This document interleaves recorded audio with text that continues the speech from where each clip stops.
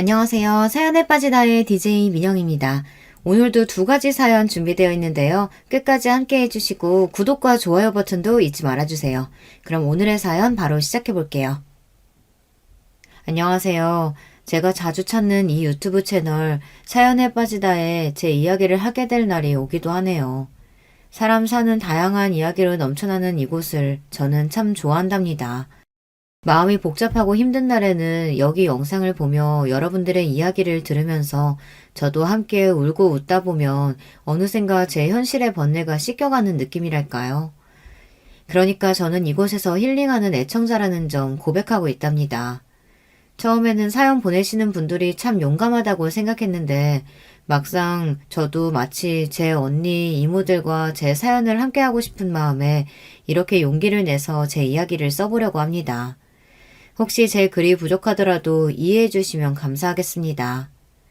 저는 병원장의 두 딸 중 막내딸로 태어났어요. 우리 아버지가 경기도에 있는 한 병원의 대표이시죠. 하지만 여러분이 드라마에서 보시는 종합병원처럼 큰 규모의 엄청 많은 의료진들이 있는 그 정도는 아니고요. 의사가 전공 과목별로 10분도 안 되게 있는 규모의 병원입니다. 이 지역에서 20년 가까이 운영하셨기에 단골 환자분도 많으시고 아버지가 평생을 바쳐서 일하신 곳이라 이 지역에서는 좀 유명하다고 할 수 있겠네요. 무엇보다 우리 병원은 불우한 환경의 학생들을 지원해주고 병원비를 내기 힘든 환자들에게 병원비를 감면해주거나 천천히 나눠서 갚을 수 있도록 배려해주는 그런 좋은 일도 많이 하는 병원이랍니다. 그래서 저는 우리 아버지가 돈 많은 병원장이라서가 아니라 정말 존경받는 의사로 보여주신 선행들이 많으셨기에 마음속 깊이 존경하고 있어요. 그런 아버지와 어머니는 그 시절 많이 그렇듯이 중매로 만나 결혼하셨어요. 그러고 저보다 3살 위에 언니와 저를 낳으셨죠. 지금은 돌아가신 친할머니가 딸 둘뿐이라며 우리 엄마 시집살이를 몹시 시키셨다고 합니다. 니네 집안이 그냥 뼈대 있는 집안 큐스라는 것일 뿐 돈이 많기라냐. 네가 애들 아범처럼 명망이 있는 의사기라냐. 집에서 할 수 있는 것이 고작 딸 둘 낳은 거냐? 그래서 할머니께서 우리 자매가 명절 때 찾아뵙고 인사를 드리면 엄마한테 가서 남동생 보고 싶다고 해라. 알겠지? 그래야 너네 가시나들도 친정 덕을 보는 게야. 저 좋은 병원을 우리 아범 없으면 어쩌누? 아들이 물려받아야 할 거 아니냐? 이렇게 우리보다는 늘 없는 남동생, 손자 타령을 하셨어요. 그래서 전 할머니에 대한 좋은 기억이나 돌아가시고 난 지금에도 크게 그리움이 없네요. 이렇게 시어머니의 구박에도 우리 엄마는 우리를 정말 사랑해 주셨어요. 앞으로의 시대는 딸이 최고라며 우리를 지켜세워 주셨어요. 우리 집 거실 한켠에는 늘 검은색 피아노가 있었습니다. 아기 때부터 엄마가 그 피아노로 동요도 연주해 주시고 엄마가 좋아하시는 차이콥스키 연주곡도 쳐주시고 우리 자매는 엄마의 피아노 선율에 맞춰서 춤도 추고 노래도 부르며 정말 행복한 어린 시절을 보냈어요. 그런 엄마의 영향이었을까요? 언니와 저는 피아노를 가까이 하게 되었고 피아노를 좋아하며 또 잘 치기까지 했답니다. 언니는 초등학교 2학년 때부터 동네 피아노 학원을 다녔는데요. 등원한 지 한 달도 채 되지 않아서 학원 원장님이 우리 엄마한테 그러셨대요. 어머니, 지은이는요, 천재예요, 천재. 이미 바이엘은 물론이고 체르니 30까지 그냥 주어지는 곡은 몇 번만 연습하면 아주 능숙하게 치는걸요? 제 평생 이런 아이는 처음 봐요. 우리 같은 동네 학원에서는 지은이를 감당할 수가 없어요. 제가 아는 친구 중에 대학교 강사로 나가는 피아노 전공 선생님이 있어요. 그 친구 소개해 드릴 테니까 우리 지은이 잘 한번 키워보세요. 우리 언니는 정말 피아노에 재능이 넘쳤습니다. 과외 선생님도 언니의 연주를 들으면 감탄할 정도니까요. 그렇게 작은 콩쿨에서 시작해서 나중에는 시도 대회까지 언니는 정말 피아니스트로 탄탄대로를 걷고 있었어요. 한편 저도 피아노를 좋아했죠. 저도 피아노를 사랑하고 잘 쳤지만 저렇게 남다르게 뛰어난 언니에는 못 미쳤어요.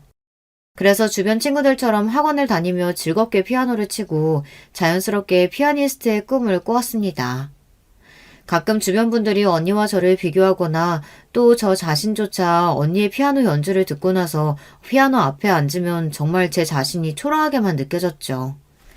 그렇다고 해서 제가 언니를 질투한 나머지 우리 자매 사이가 나빴던 것은 아니었어요. 우리는 피아노를 사랑한 같은 공통점으로 할 얘기가 많았고 서로를 아껴주었거든요. 하지만 탄탄대로를 달릴 줄만 알았던 언니의 피아노 인생이 끝나게 된 슬픈 사건이 벌어지고 말았어요. 그것은 언니에게 찾아온 첫사랑 때문이었습니다. 언니에게는 고등학교 때부터 사귀어온 어떤 오빠가 있었나 봐요. 그런데 연애를 하던 언니는 차츰 피아노 연습을 게을리해서 선생님과 엄마에게 꾸중을 듣기 시작한 거예요. 늘 엄마가 그만 피아노 연습 좀 해라, 제발 쉬어라 했던 그 언니가요. 하지만 언니는 사랑을 멈출 마음이 없어 보였어요. 아니 오히려 집에서 반대하니까 그 열정이 더욱 불타올랐던 모양입니다. 명문대 대학 입시를 반년 앞두었던 어느 날 언니는 그만 편지 한 장을 남겨놓고 가출을 하고 맙니다. 엄마, 아빠, 그리고 내 동생에게 이 못난 딸을, 언니를 용서하지 마세요. 저에게는 그 사람이 제일 중요하고 그를 따라서 어디에서든 건강하게 잘 살고 있을 테니까요. 부디 우리 가족분들 모두 건강하게 잘 지내요. 저를 찾지 마세요. 큰 콩쿨대회에서 어려운 라흐마니노프 피아노 협주곡 3번 연주를 마치고 자신감 있게 웃던 그 멋진 언니가, 저와 주변에 부러움을 샀던 그 언니가 남자 때문에 가출을 하다니 저는 너무 놀라서 까무러칠 뻔했어요. 하물며 우리 아버지 엄마는 어떠셨겠어요. 정말이지 우리 가족은 언니의 가출 이후로 웃음을 잃게 되었습니다. 저는 언니의 일로 충격을 받기는 했지만 그래도 열심히 공부해서 서울의 한 대학교 피아노 전공으로 입학하게 되었습니다. 사실 부모님에게 언니를 대신해서 기쁨을 드리고 싶은 마음도 있었어요. 하지만 대학교에서 피아노를 전공하면서 저는 현실의 벽을, 평범한 학생의 좌절을 맛보게 됩니다. 언니처럼 대단한 능력을 갖지 못했으니 과에서 두각을 나타내지를 못했고요. 심지어 알만한 콩쿨 대회에서 한 번도 입상한 적이 없으니 이제는 피아노를 그만둬야 하나 하는 괴로운 고민을 시작하게 되었어요. 그때 저는 같은 과에서 한 남자친구를 만나게 돼요. 힘들어하는 저를 위로해주면서 마음을 열게 된 남자친구였죠. 나는 네가 피아노 연주할 때 가장 아름답고 행복하다는 거 알아. 설령 피아니스트로 유명해지지 못하더라도 네가 피아노를 그만두지 않았으면 좋겠어. 누구보다 제 마음을 이해해주는 이해심 많은 남자였어요. 사실 제 마음속에서는 누군가 그런 말을 해주기를 기다리고 있었던 것 같아요. 그렇게 우리는 뜨겁게 사랑을 했습니다. 그러던 어느 날 유럽 헝가리에서 남자친구에게 좋은 조건의 유학 제의가 들어오게 되었어요. 장학금을 받으면서 학비 걱정 없이 대학원에 다닐 수 있게 되고 졸업하고 나면 앞으로의 음악 인생에서 정말 좋은 커리어가 생기는 것이기 때문에 저는 크게 축하해 주었죠. 하지만 이 소식을 전하는 남자친구의 표정은 밝지만은 않았어요. 맞아요. 저 때문이죠. 그가 헝가리로 유학을 가고 나면 우리는 적어도 4년 이상은 못 버는 처지가 되니까요. 남자친구는 저에게 결혼해서 함께 유학 가는 것을 권했어요. 하지만 이제 막 22살의 제가 갑자기 결혼이라니 믿겨지지가 않았죠. 그리고 결혼은 우리끼리 좋다고 할 수 있는 것만은 아니잖아요. 처음 이 이야기를 엄마에게 조심스럽게 전했죠. 정민아, 그게 무슨 말이니? 너 언니 생각 안 나? 아직 대학교도 졸업하지 않은 어린 네가 아직 알지도 못하는 남자랑 결혼해서 유학까지 간다니. 엄마는 그런 생각 해본 적 없어. 엄마는 너무 속상해 하셨습니다. 그리고 엄마에게서 이 이야기를 들으신 아버지는 저를 불러서 말씀하셨어요. 정민아, 우리에게는 이제 너뿐이란다. 하나뿐인 딸마저 잃고 싶지 않구나. 생각을 바꿔볼 수 있겠니? 그리고 아직 그 친구를 소개받진 않았다만 그 남자는 비전이 없어. 이쪽 음악업계는 너도 잘 알잖니. 혼자 능력 있고 잘한다고 되는 것도 아니고 그 친구가 유학 다녀온들 꼭 성공하리란 보장이 없지 않아. 들어보니 그 친구 집안이 그렇게 지원을 해줄 만한 집안도 아닌 것 같더구나. 나는 그 친구 따라 외국 가서 고생할 네 생각하면 이 결혼 허락해줄 수가 없다. 부모님은 언니를 한순간에 남자에게 빼앗긴 예전의 충격에서 아직 헤어나오지 못하신 것 같았어요. 게다가 하나 남은 막내딸이 비전 없는 남자에게 시집간다니 반대하시는 것이 당연했습니다. 저는 처음에는 그런 부모님의 뜻을 이해하지 못하고 남자친구와 헤어질 수 없으니 결혼을 하지 않더라도 헝가리로 따라가려고 했었어요. 하지만 유학이 정해진 그 학교에 갈 수 있는 것은 남자친구일 뿐이고 그럼 나는 거기까지 따라가서 뭐 하지? 나는 어디에서 피아노를 배워야 하지? 우리는 가난한 유학생이니까 내가 공부를 접고 일이라도 해야 하는 걸까? 유학에 대한 생각은 고민할수록 정말 현실적인 물음표뿐이더라고요. 결국 저는 남자친구에게 이별을 고하기로 했습니다. 그래, 네 생각을 내가 미처 하지 못했어. 너를 잡고 싶은 이기심에 너한테 무리한 요구를 한 것 같아. 나 헝가리에 혼자 갈게. 하지만 정민아, 나는 너를 잊지 못할 거야. 언젠가 피아니스트로 성공해서 네 앞에 돌아올게. 사랑해. 그렇게 우리는 공항에서 마지막 포옹을 하고 이별을 맞이했습니다. 저는 이제 다시는 사랑 같은 거 하지 않기로 했어요. 아니, 다시 누구도 그이만큼 사랑할 수는 없을 것 같았어요. 피아노를 사랑해서 대학에 와서 전공까지 했지만 제가 피아니스트로 성공할 수 없다는 것을 깨닫고 좌절한 저에게 위로가 되어준 그 사람. 그리고 언니처럼 사랑 하나만 보고 같이 도망갈 수 없었던 비겁한 나. 남자친구와 헤어진 뒤 저는 살아도 산 게 아니었어요. 제대로 먹지도 못하고 하고 싶은 일도 없이 그냥 시간만 보냈습니다. 이런 저를 걱정한 엄마는 대학교 졸업하자마자 결혼을 시켜야겠다며 좋은 혼처를 알아보느라 분주하셨습니다. 엄마가 알아보신 선자리에 저는 영혼 없이 다녔어요. 제가 딱히 무언가 하고 싶었던 것도 아니고 부모님 걱정시키지 않게 결혼해서 살면 되지 싶었어요. 어차피 누구를 만나도 사랑할 마음은 요만큼도 없었으니까요. 그렇게 조건 좋은 집에 시집가도 아무래도 상관없었죠. 처음에는 아빠 병원에 있는 한 정형외과 의사, 그 다음에는 외가댁 어른의 소개로 만난 증권 투자회사 사업가, 그 다음에는 잘 기억도 나지 않고 그냥 주말마다 나가라고 말씀하시면 선을 보고 왔어요. 그 중에 제가 마음에 드는 남자가 없었습니다. 이렇게는 안 되겠던지 엄마는 결혼정보회사에 저를 가입시키셨어요. 듀오나 뭐 그런 알만한 이름의 회사가 아니고요. VVIP 상위 1%의 조건에 드는 미혼 남녀만 가입할 수 있다고 하는 곳이라고 들었어요. 가입비만 5천만 원이나 한다고요. 우리 집이 그렇게 부유하지는 않은 것 같지만 그래도 병원장 딸이고 가입비를 내서인지 그 이후 들어오는 선자리는 정말 다르더군요. 그렇게 두어 번 선자리를 갖고 나서 저는 형택 씨를 만나게 되었어요. 형택 씨는 한 건설회사의 상무직을 맡은 회사 대표의 아들이었습니다. 형택 씨의 아버지는 매출액이 몇백억에 달하는 중견 건설업체의 창업자이자 대표시고 그 회사를 앞으로 이어받을 거라고 말하는 그의 모습이 당당해 보였어요.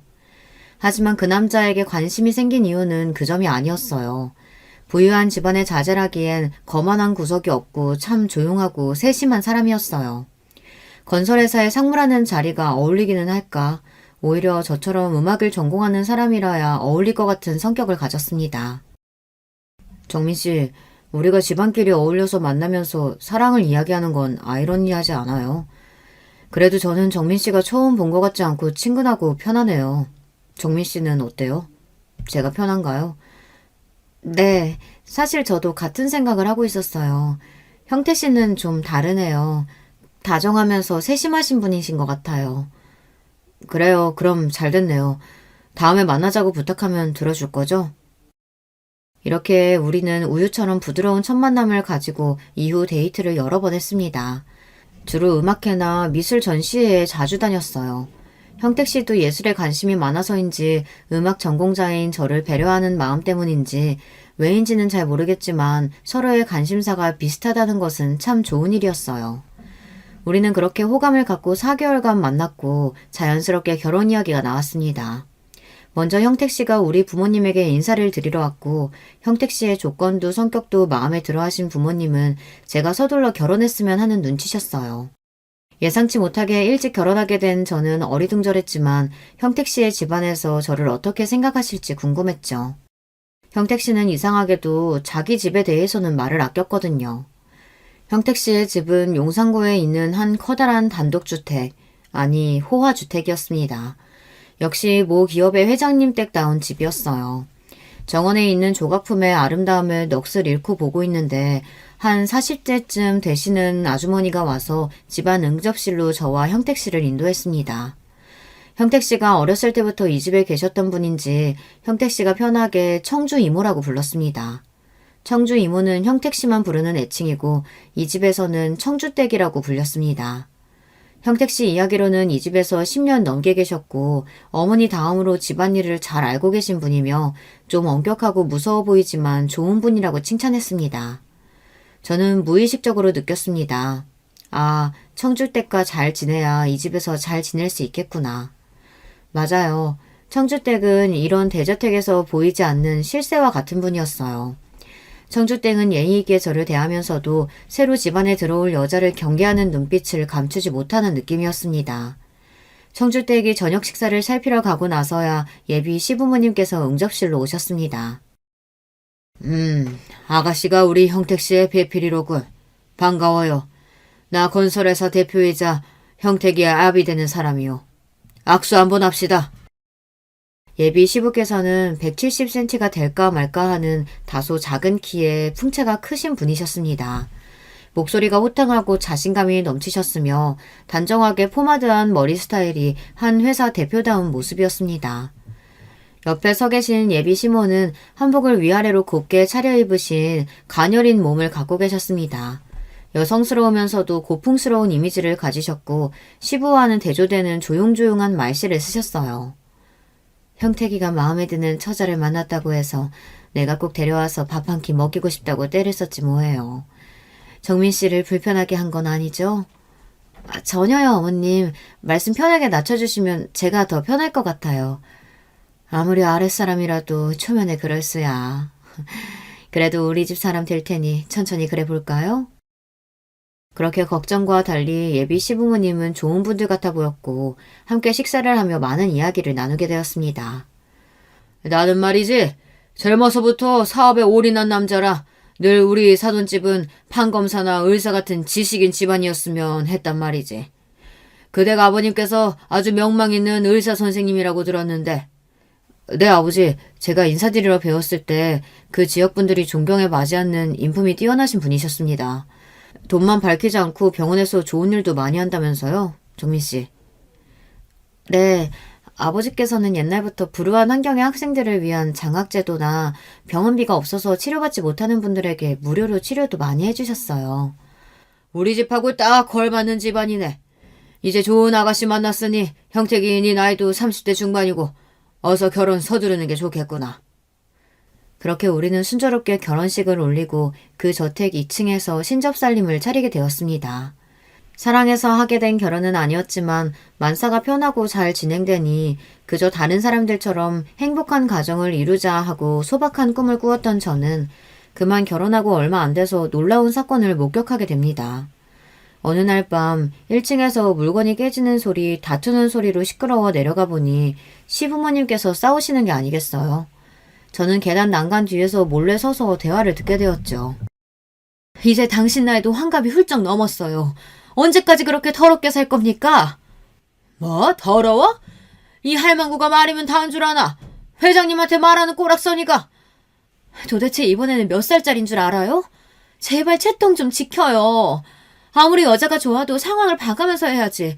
모임에 나만 두고 혼자 나가서 식당 여직원과 그 짓을 해요? 어허! 이 사람이 무슨 오해를? 집안에서 누가 듣겠네.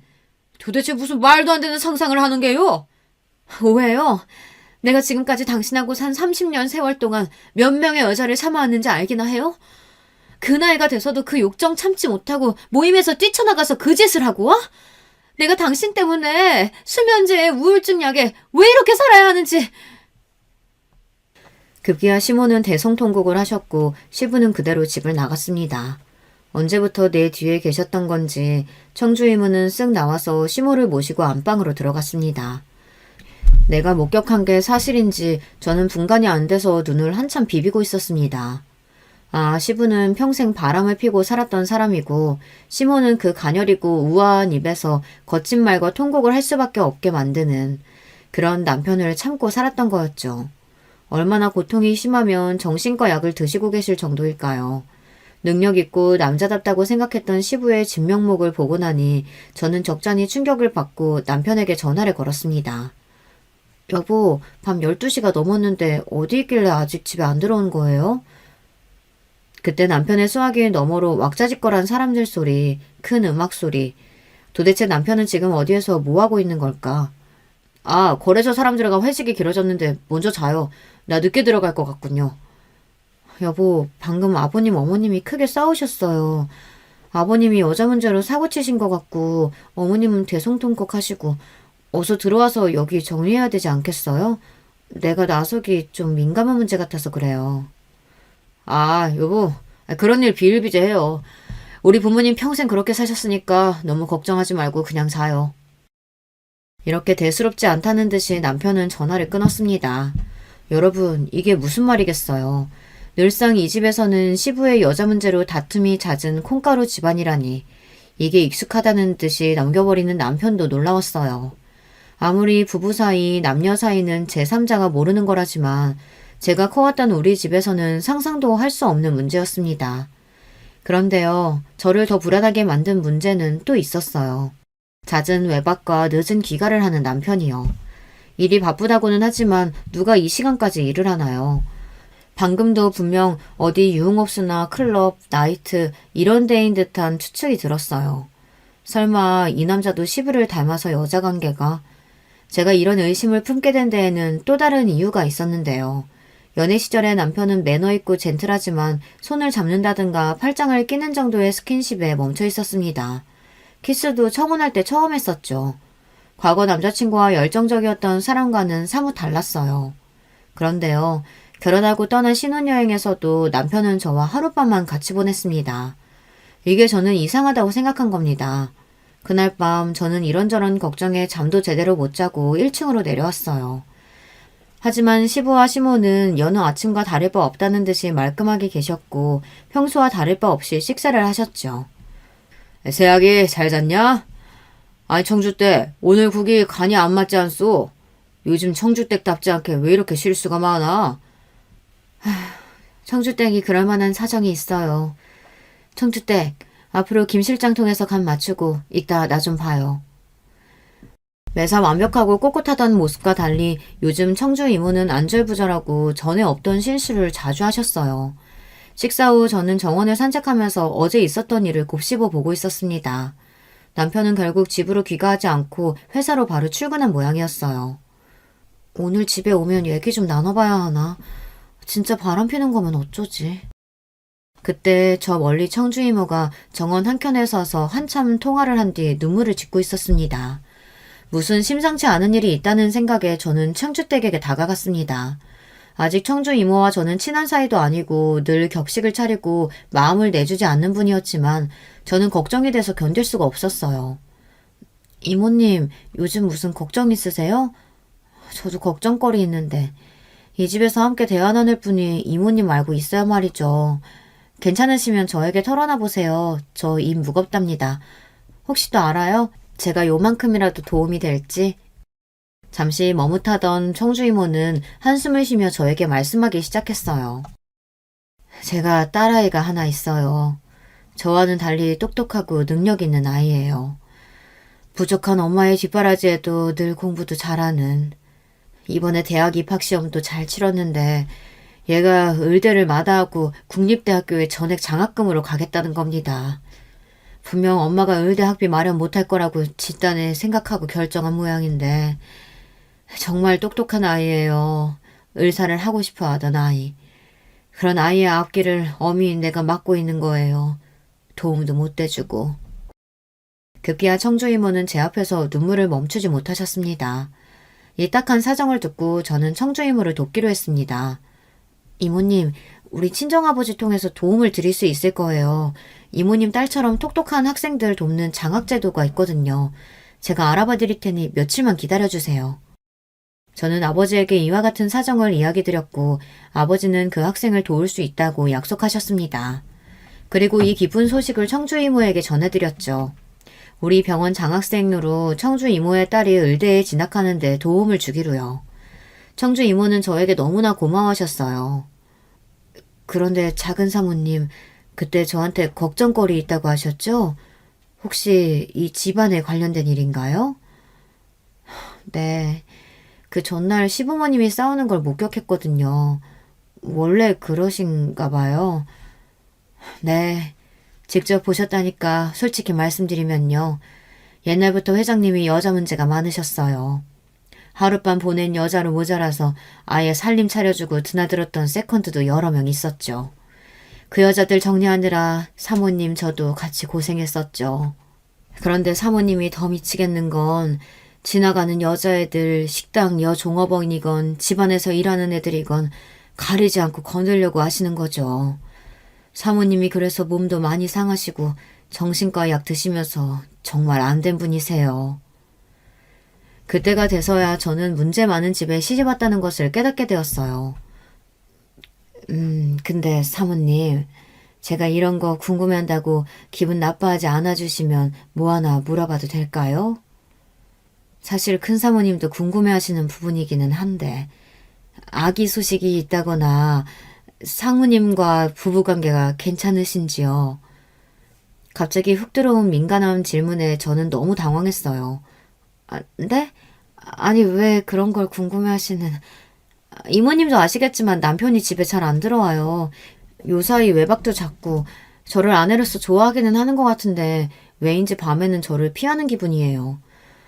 맨날 혼자 잠드는 것 같아서 저 좀 외롭네요. 저는 멋쩍듯이 웃으며 가볍게 넘기려고 했죠. 그런데 제 얼굴을 찬찬히 걱정스럽게 살피는 이모님의 표정에 왠지 모르게 찜찜했어요. 어쨌든 자신의 딸을 도와준 일을 계기로 청주 이모와 저는 둘도 없는 사이가 되었습니다. 그리고 시부의 여자 문제는 날로 시끄러웠고 시모는 갈수록 건강이 악화되셨죠. 급기야 어느 날 새벽 시모는 욕실 안에서 의식을 잃고 쓰러져 계셨습니다. 스트레스를 참다 못한 어머님은 그만 자살 시도를 하신 거예요. 마침 집안에서 청주 이모와 얘기를 나누고 있던 보안팀 관리소장 서 과장이 시모를 모시고 응급실에 가서 다행히 큰 일은 당하지 않을 수 있었습니다. 하지만 의식을 찾은 시모는 집에 돌아오고 싶어 하지 않으셨습니다. 며느리인 네 앞에서 할 얘기는 아니다만 난 그 집에는 가고 싶지 않구나. 네 시아버지와 이혼할 수도 없으니 그냥 날 요양원에 보냈다오. 시모는 눈물을 짓고 저를 바라보며 말씀하셨습니다. 같은 여자로서 저는 가슴이 아팠습니다. 그 길로 모든 시설이 안락하고 어르신들의 사교 취미활동을 잘 지원해준다고 소문난 요양원을 수소문해 시모를 입소시켜드렸어요. 그리고 일주일에 한 번씩 찾아뵙고 안 계신 동안 집에 일어난 일들을 이야기 나누는 말벗이 되어드리고 또 그곳에서 불편함 없이 잘 지내시는지 챙겨드렸습니다. 외로운 저택에 이제 시모도 안 계시니 며느리인 저와 청주 이모가 집안의 대소사를 관리해야 했습니다. 게다가 시어머니가 집에 안 계시니 시아버지는 더욱 대놓고 집 안과 밖에서 여자를 탐닉하고 다녔습니다. 그 연세에 그 정력이 참으로 신기했어요. 그런데 말이죠. 그런 아버지와 대조되는 아들, 제 남편은요. 저와 부부관계를 맺은 것이 단 2번뿐이었습니다. 결혼한 지 7년 동안 말이죠. 신혼여행에서 한 번, 그리고 결혼 1년차 때에 시부가 왜 아이를 갖지 않냐고 저희를 막 혼내시던 날 밤 2번째. 이렇게 2번이 전부였습니다. 저는 사실 마음속으로 확신하고 있는 게 있습니다. 이 남자 분명히 남성 기능에 문제가 있구나. 그날 청주 이모와 둘이 백화점에서 장을 보고 식사를 하다 이런 이야기가 나왔어요. 이모님, 분명 남편에겐 성적으로 어떤 문제가 있는 거예요. 그쵸? 이모님은 알고 계신 게 있으시죠? 사실 아드님이 사모님과 선을 본 데엔 뒷이야기가 있어요. 우리 형택도련님이 옛날부터 남다른 성적 취향을 갖고 있다는 걸 가족들도 다 알고 가까운 친척들은 물론 가까운 집안들도 다들 아는 사실이었답니다. 그래서 알만한 집안에서 결혼시키지 못하고 아예 다른 쪽 모르는 좋은 집안의 아가씨를 찾고 있었던 거예요. 그리고 사모님이 그 중매쟁이의 추천으로 선을 보게 된 거랍니다. 정말이지 기가 막힐 노릇이었어요. 그러니까 저는 애초에 비정상적인 남자에게 속아 팔려온 결혼을 했던 거죠. 이 사실을 알고 제 속은 더 복잡하고 괴로웠지만 현실적으로 이혼을 하기는 어려웠습니다. 남편은 그런 결점 외에는 좋은 사람이었어요. 다정하고 세심하게 저를 아껴주고 아이를 갖지 못하는 점에 대해 미안하게 생각하고 있었거든요. 그리고 부유한 집안에서 생활은 여유롭고 편했으니까요. 게다가 이 문제로 이혼을 하기에는 이혼녀가 될 자신도 없고 우리 부모님께서 너무 큰 실망을 하실 것이 불보듯 뻔했기 때문이에요.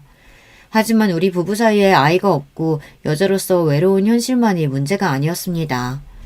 그렇게 저렇게 잘 살고 있던 저에게 3년 뒤 큰 위기가 찾아왔어요. 바로 우리 친정아버지가 큰 화를 당하신 겁니다. 우리 아버지가 경제적으로 어려운 환자들에게 무료로 치료해준 일이 많이 있었다고 말씀드렸는데요. 그중 나쁜 몇몇 환자가 아버지에게 해코지를 한 겁니다. 돌팔이 의사가 치료를 잘못해서 다리 한쪽을 못 써서 병신이 되었다며 아버지에게 찾아와 행패를 부린다는 거예요. 물에 빠진 사람 건져냈더니 보따리 내놓으란 속담이 있듯이 어떻게 사람이 은혜를 입고 원수로 갚는단 말인가요? 그 사람들로 인해 병원에는 안 좋은 소문이 돌게 돼서 환자 수도 퍽 줄게 되었습니다. 게다가 엎친 데 덮친 격으로 근처에 대학병원이 들어오게 되니 이제 아버지 병원은 정말 운영이 어려운 상황에 놓이게 된 거예요. 그리고 그 환자들끼리 모여서 아버지에게 의료소송을 한다고 손해배상을 물게 한다고 더욱 아버지를 괴롭혔습니다. 다른 의사는 몰라도 우리 아버지는요. 병원비도 양심적으로 받고 기부나 봉사도 많이 하셔서 여느 병원장만큼 재산도 많지 않았어요. 그저 평범한 집이었을 뿐인데 협박하는 환자들에게 합의금을 물어주고 또 병원의 상황은 악화되니 결국 폐업의 위기에 들어선 거예요. 그 병원은 우리 아버지의 의사생활 전부를 바친 곳인데 결국 그렇게 허망하게 병원 문을 닫아야 했습니다. 이미 나이가 65이 넘으신 아버지는 이 충격에 건강마저 안 좋아지시고 집에 몸져 누워 계셨어요. 친정일로 슬픔에 젖어있던 어느 날 식사 자리에서 시부가 저에게 말씀하셨어요. 비서통에서 사돈댁 얘기 들었다. 아니 이게 대체 어찌된 일이란 말이냐? 에이 거참 겨우 병원 하나 있는 집인데 그마저도 문을 닫다니. 재산도 거의 없다고 들었는데 사실이냐? 친정집 일로 저를 위로해 줄 줄 알았던 시부는 뜻밖에도 우리 집과 저를 비난하는 것이 아니겠어요. 며느리라고 들어와서 7년 동안 애 하나 갖지도 못하고 집에 재산만 축내고 있으니 내가 널 이 집에 계속 둘 이유가 있겠어? 난 뼛속까지 사업가야. 이제 형택이 아니 결혼이 별 이득 없단 말이다. 어차피 애도 없는 마당에 이제 이혼하고 각자 사는 거 어떻겠냐? 이게 무슨 귀신 신하라 까먹는 소린가 말인가요. 친정집이 망했으니 저보고 나가란 말을 지금 시부가 눈 하나 깜빡하지 않고 얘기하는 겁니다.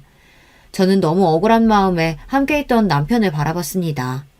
남편도 시부 얘기에 당황했지만 입이 시부에게 얘기를 들은 터인지 저만큼 놀란 반응은 아니었어요. 아버지, 저번에도 말씀드렸듯이 저 이 사람 아내로서 좋아요. 계속 함께하고 싶습니다. 네가 지금 나한테 대들겠다는 거냐?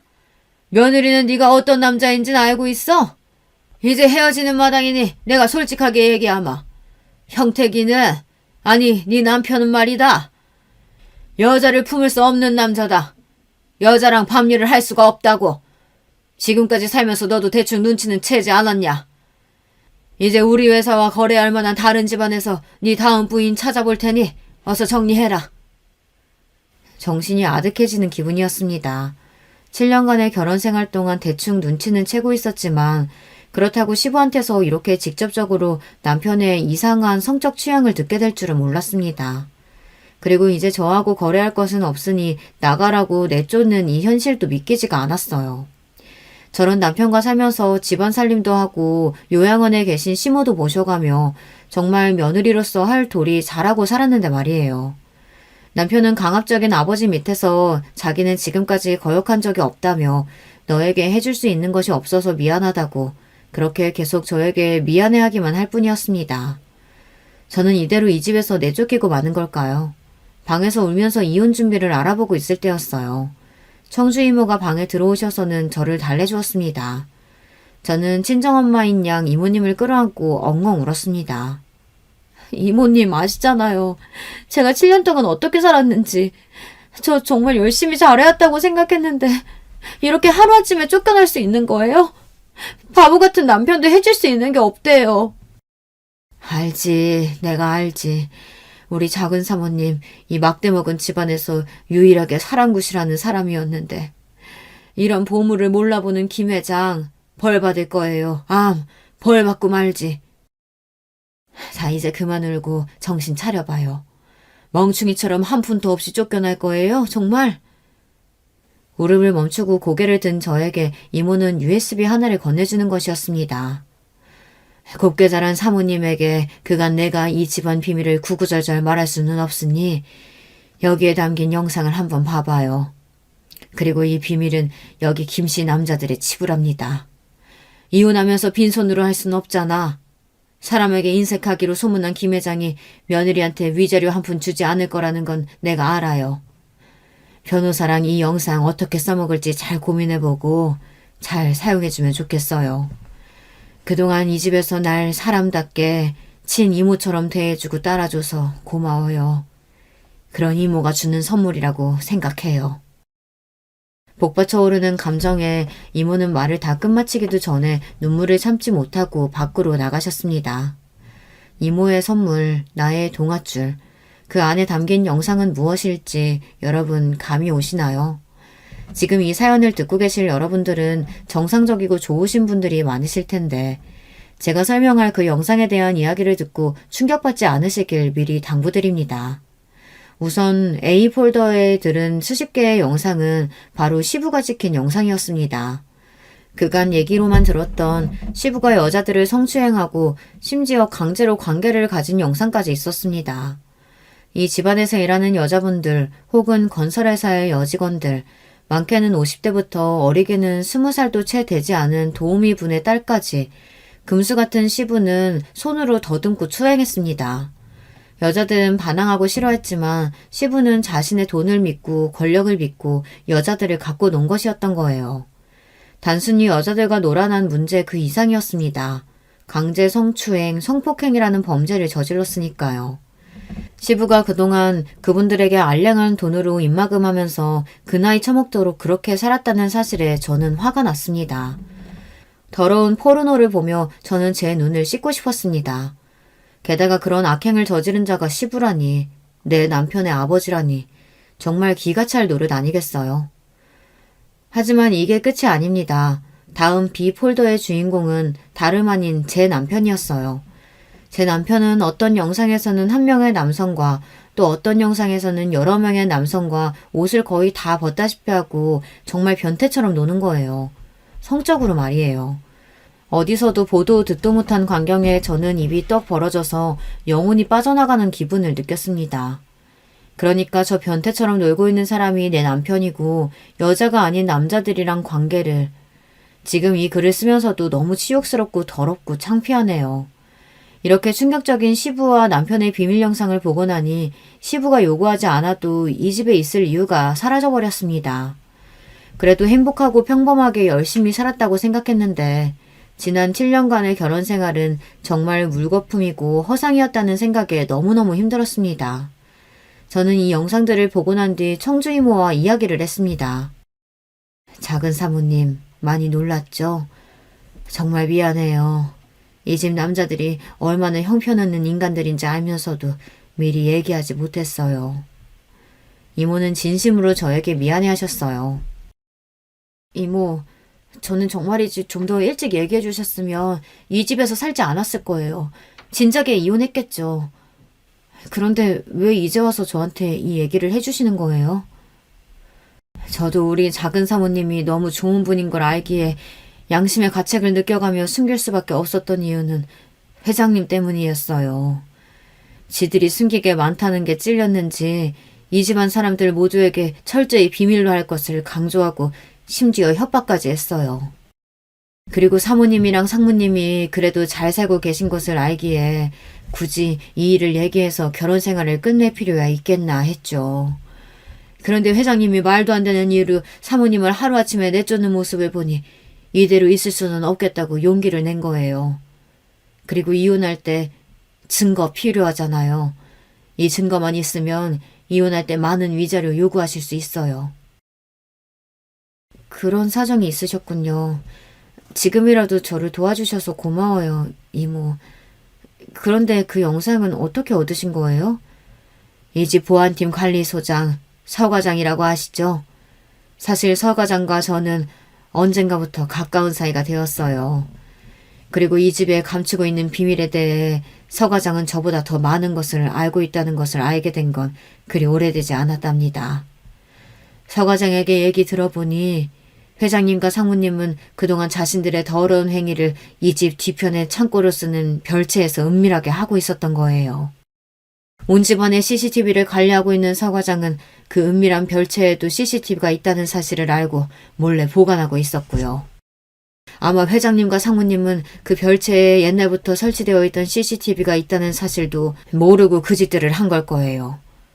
그러니까 작은 사모님, 부디 그 두 나쁜 놈들한테 복수해 주세요. 우리 큰 사모님 못가지요. 저는 청주이 이모의 도움으로 큰 무기를 얻게 된 것입니다. 그리고 제 방으로 올라가서 제 모든 짐을 싸서 이 집에서 나올 준비를 다 해놓고 남편과 시부에게 저녁 때 집에서 보자고 연락을 남겼습니다. 이윽고 씩씩대면서 들어오는 시부와 어쩔 줄 몰라하며 조용히 따라오는 남편이 보였습니다. 너 아직도 집에 안 가고 뭐하고 있냐? 어디서 시아버지랑 남편한테 건방지게 오라가라야? 이렇게 흥분하시기엔 아직 이릅니다. 두 분 여기 소파에 앉아서 TV를 봐주세요. 이제부터 아주 기가 막힌 영상이 나올 테니까요. 저는 긴장되고 두근거리는 마음을 감출 수가 없었습니다. 자신들이 나온 이 변태 영상을 보면 과연 어떻게 될까요?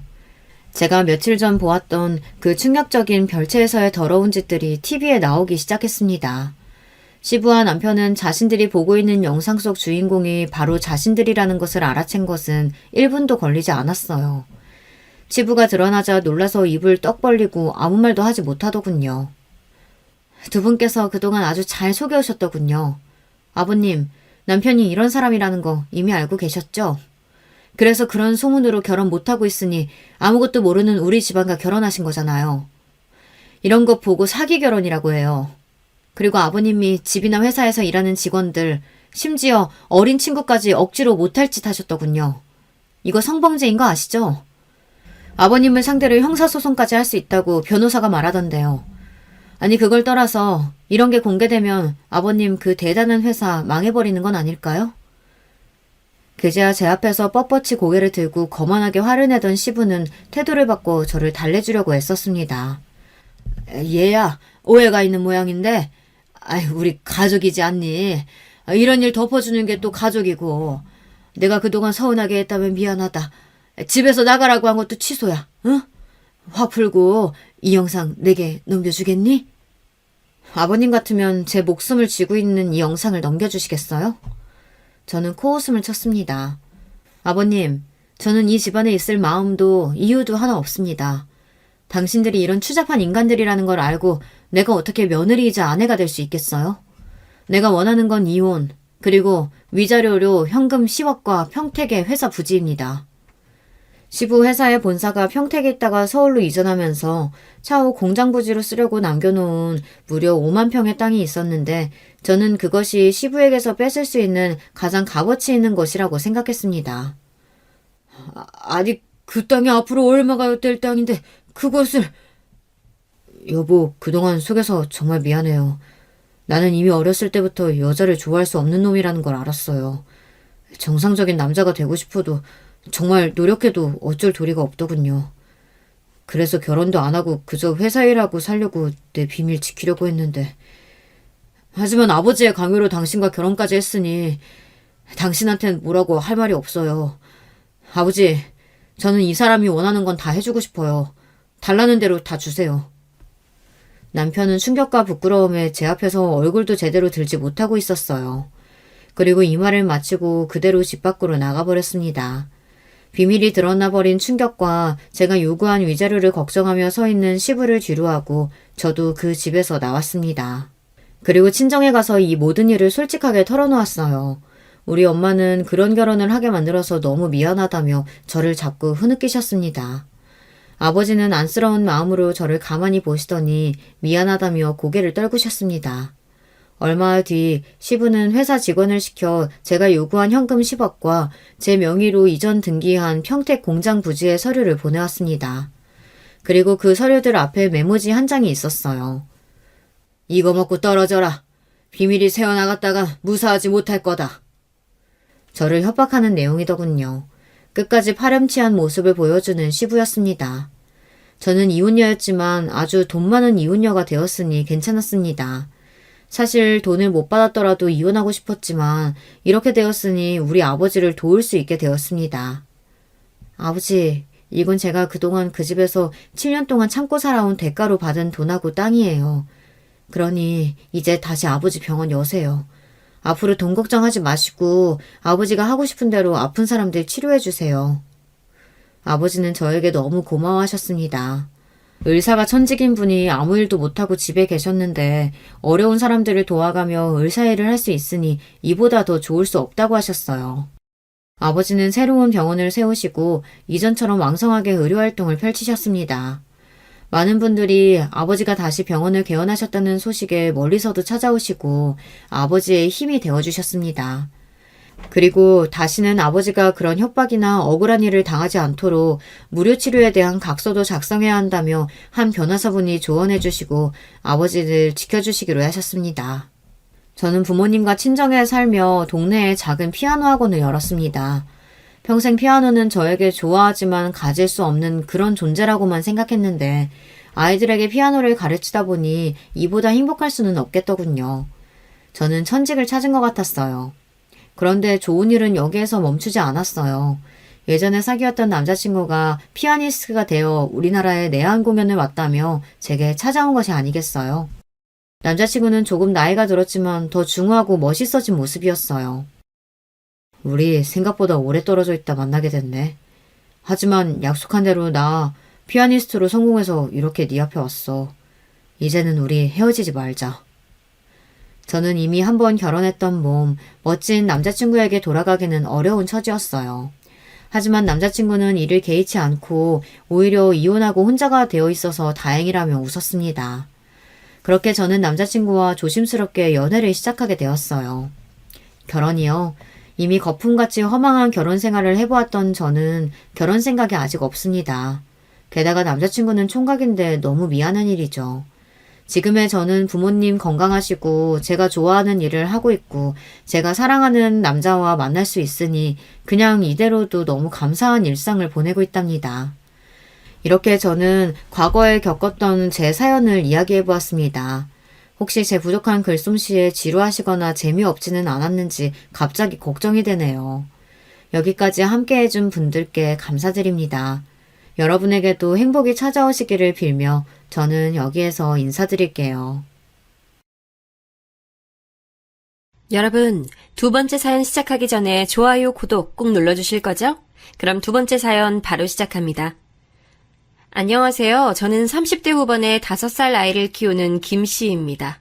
오늘 저는 제 경험을 바탕으로 결혼의 조건에 대해 말해드리고 싶어서 사연을 남깁니다.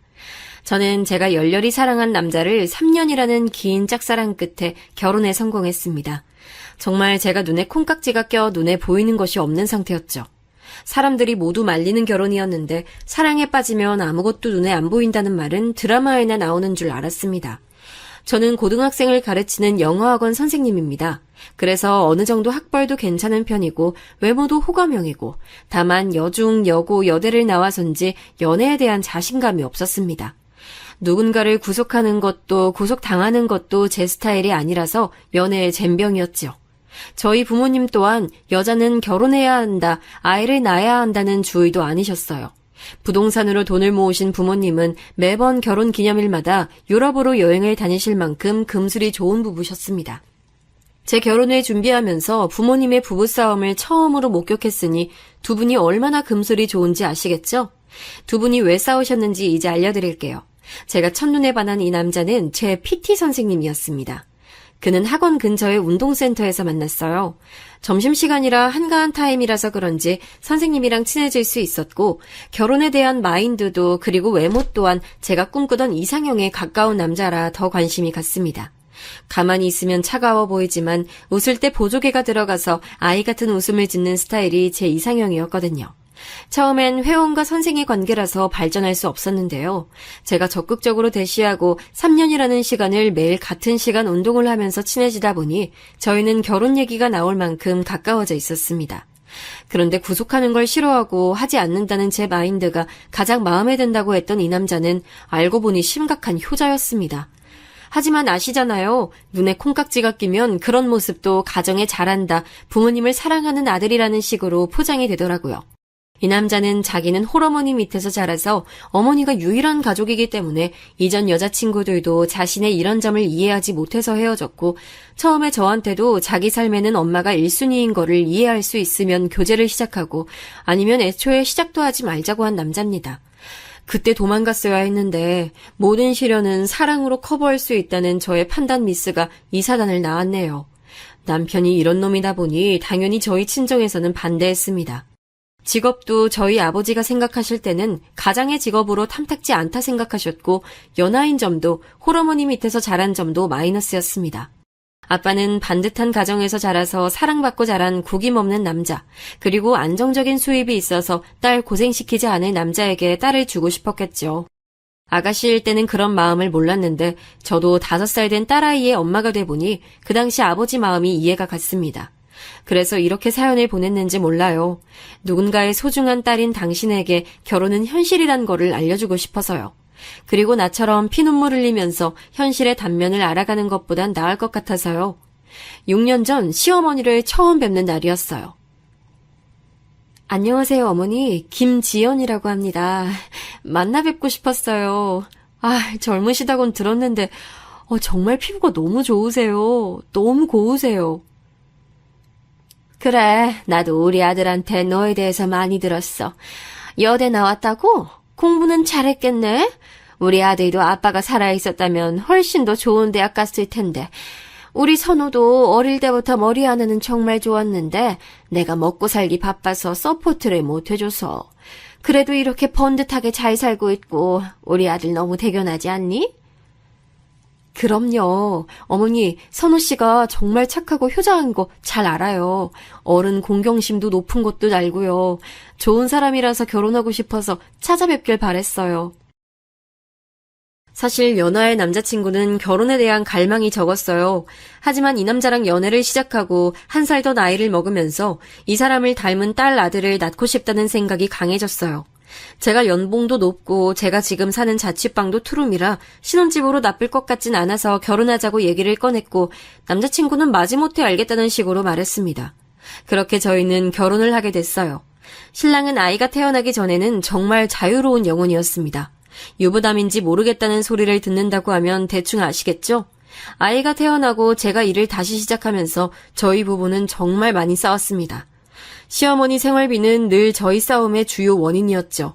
시어머니는 편의점 아르바이트를 하셨어요.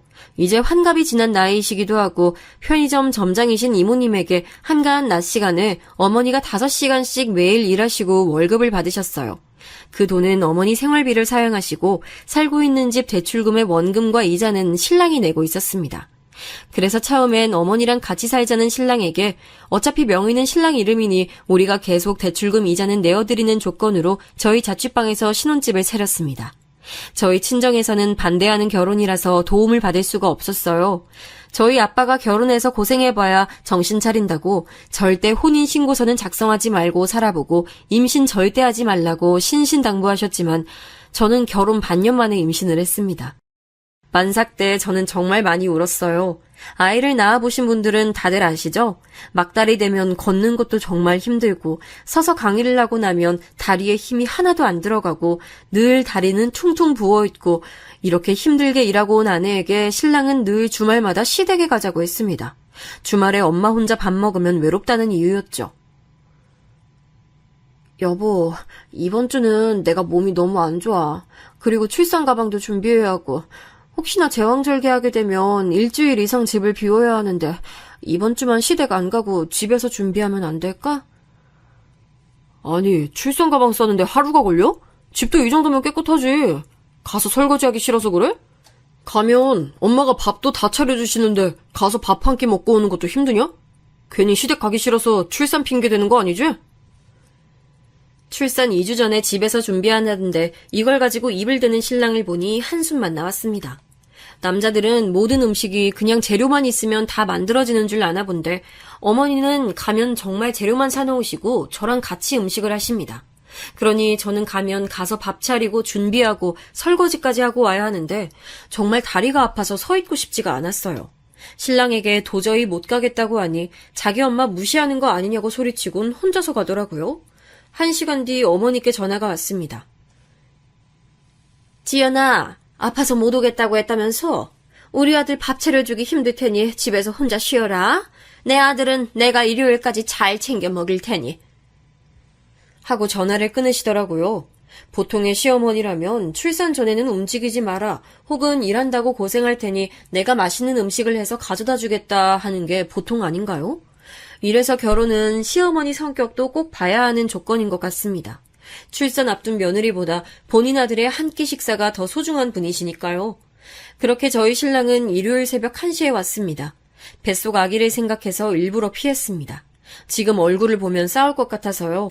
저희 부부의 첫 싸움은 결혼 1주년 기념일이었습니다. 결혼 1주년 기념으로 엄마가 분위기 좋은 곳에서 호캉스를 즐기라고 부산 유명한 호캉스 코스를 예약해 주신 적이 있었어요. 저희 그 여행도 시어머니 모시고 갔습니다. 엑스트라 베드 추가해서 한 방에서 자는데 그날 저녁 엄청 울었던 기억이 나네요. 우리 엄마가 바라셨던 결혼기념일 여행은 이게 아닐 텐데 그때 처음으로 시어머니 때문에 부부싸움을 한 것 같아요. 그리고 시어머니가 너무 얄밉다는 생각이 들었어요.